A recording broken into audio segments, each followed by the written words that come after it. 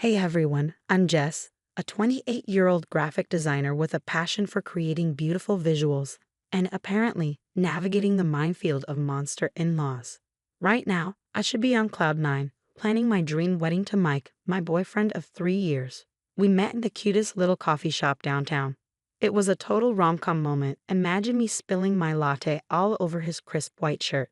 Instead of being mad, he just laughed and asked me out. From then on, it was like fireworks. My best friends, Sarah and Lily, have been absolute lifesavers through this whole wedding planning process. One evening, we were sitting in my living room, surrounded by bridal magazines and empty wine glasses, when Sarah brought up the dreaded topic. "So Jess, when are you going dress shopping?" I groaned. I've been putting it off. Karen's going to want to tag along." Lily rolled her eyes. "Mike's mom, the one who said your engagement ring would look better on a daintier hand." "The very same," I sighed. "It feels like she's been trying to sabotage this wedding from day one." Sarah leaned in, her detective instincts kicking in. You don't have to invite her, right?" "I wish," I said. "But Mike thinks it would mean a lot to her, and I just want to keep the peace." Fast forward to the bridal boutique. My mom, Sarah, Lily, and of course, the infamous Karen were all seated on plush couches, waiting for my first dress reveal. I stepped out in a mermaid-style gown, feeling pretty confident.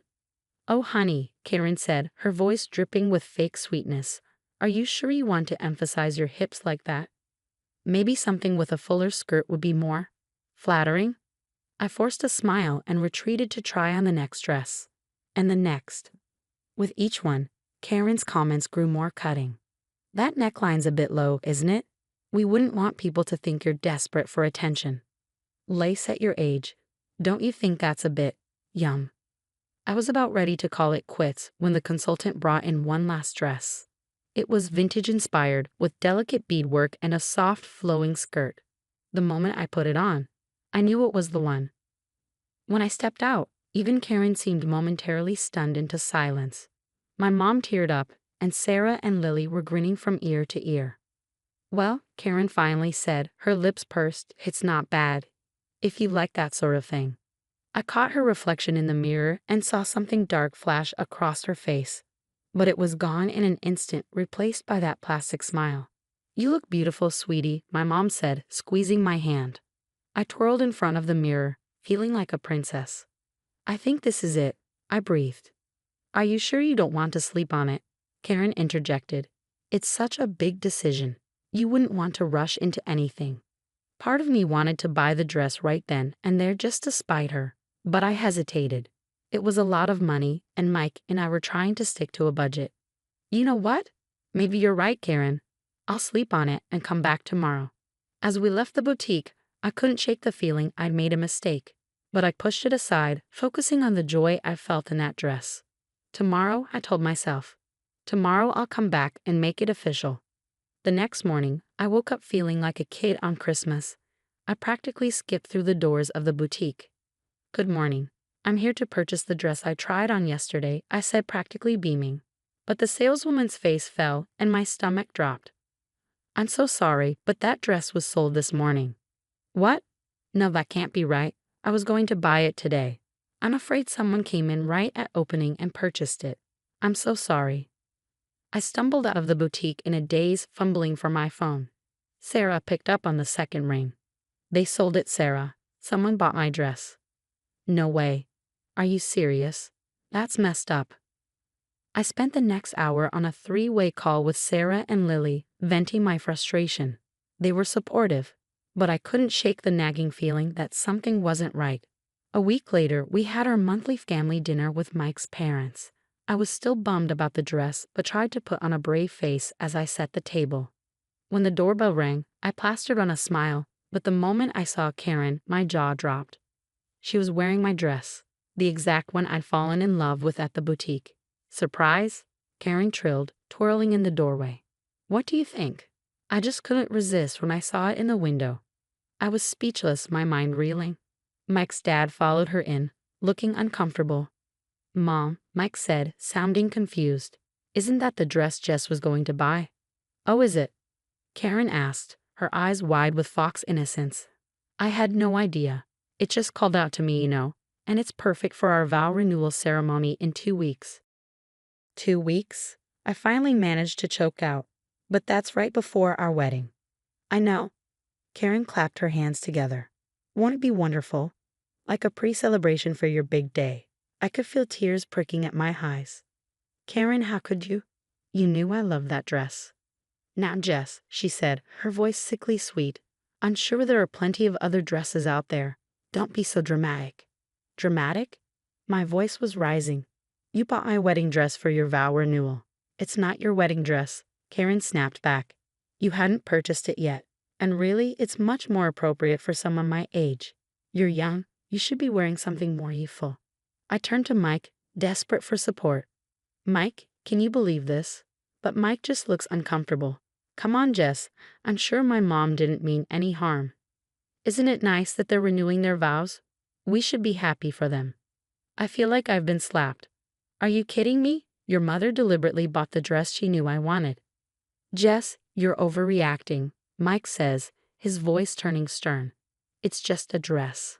And Mom's right, there are plenty of others out there. Just a dress? I can't believe what I'm hearing.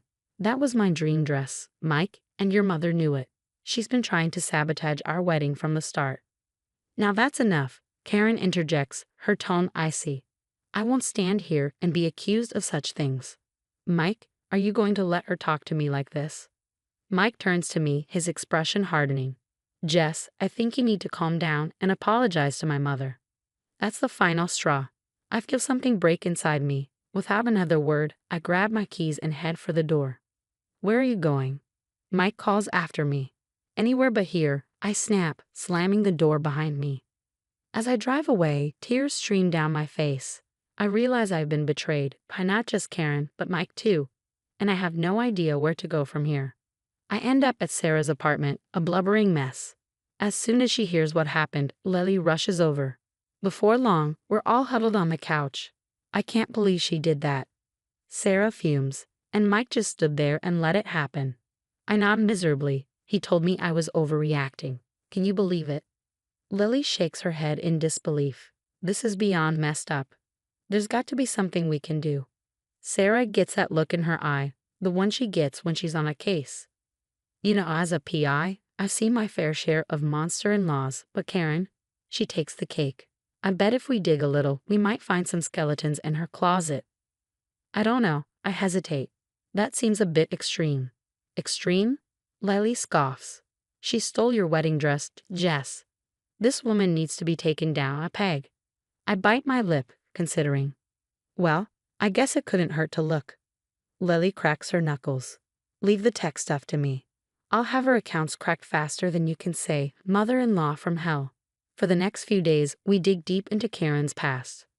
Sarah uses her PI contacts while Lily works her tech magic. Meanwhile, I'm caught in a storm of Karen's meddling. She's changing wedding vendors behind my back, spreading rumors about me to Mike's family. Did you hear what Karen told Aunt Mildred? I vent to Sarah over the phone. She said I'm only marrying Mike for his money, as if I don't have my own career. That witch. She's unbelievable, Sarah growls. But hey, I think we've hit pay dirt. You're not going to believe what we found. I head over to Sarah's place, where she and Lily are huddled over a laptop. Okay, spill, I say, plopping down next to them. Lily turns the screen toward me. Remember Mike's ex, Amber? Turns out Karen sent her a series of nasty emails, pretending to be Mike. That's why they broke up. My jaw drops. Are you serious? Sarah nods grimly. And that's not all. We found out she's been embezzling money from the family business, funding her lavish lifestyle by cooking the books. I feel like I've been punched in the gut. I can't believe this. Should we tell Mike? Lily snorts. Tell Mike? Jess, he hasn't believed a word you've said about his mom so far. Why would he start now? She's right, and I know it.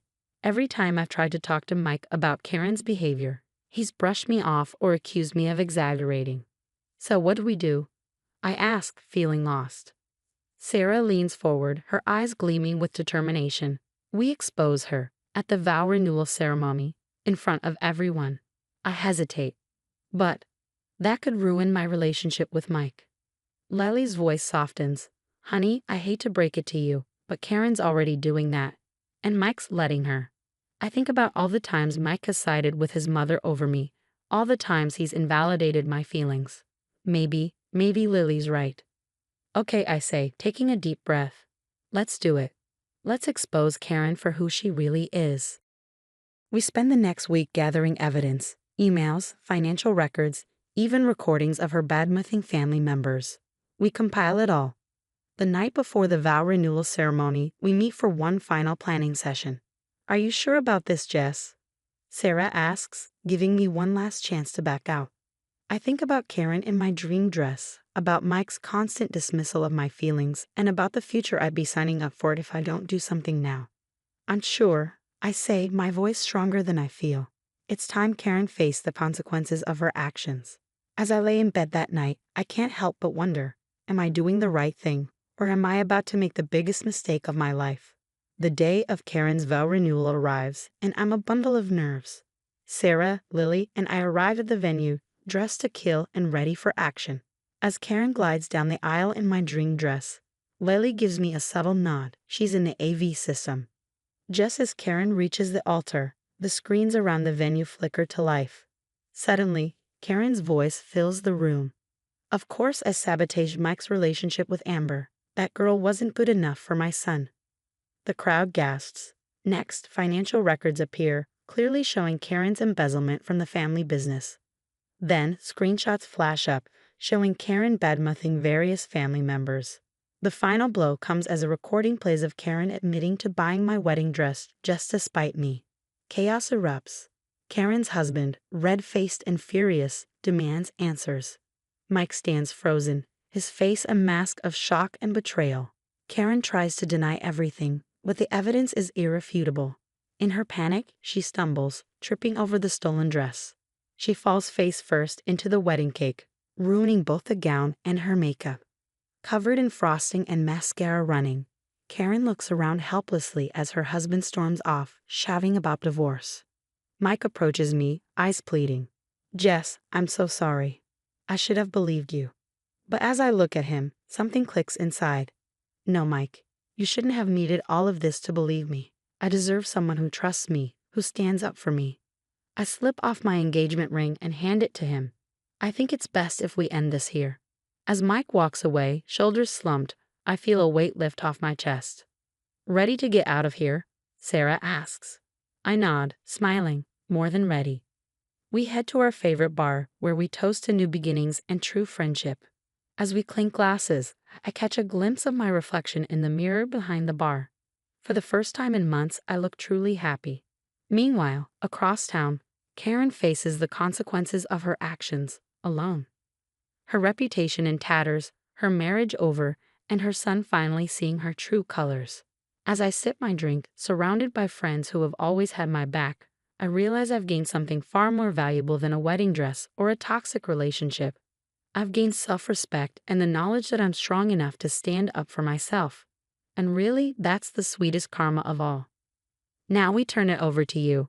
If you were Jess, would you have forgiven Mike and given him another chance?